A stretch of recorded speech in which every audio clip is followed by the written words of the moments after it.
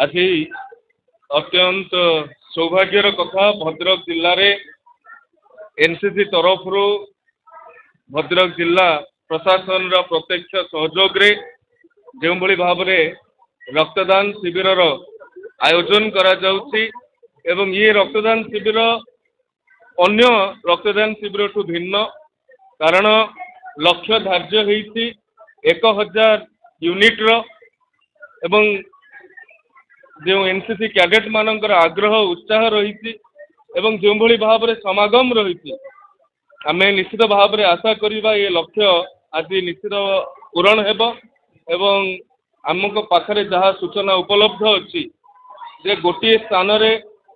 एका सांगरे 1000 unit collect हवा ये एक उल्लेखनीय सफलता। यही अवसर में मु जिला प्रशासन एनसीसी रो स्वाई बाबू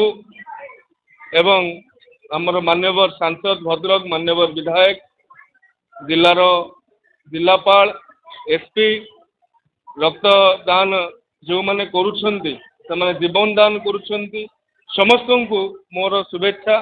साधुवाद ज्ञापन करुछि एवं ये एनसीसी आमर हायर एजुकेशन रो गोटे डायरेक्टरेट रो गोटे पार्ट नोडल एजेंसी भाव में हायर एजुकेशन तार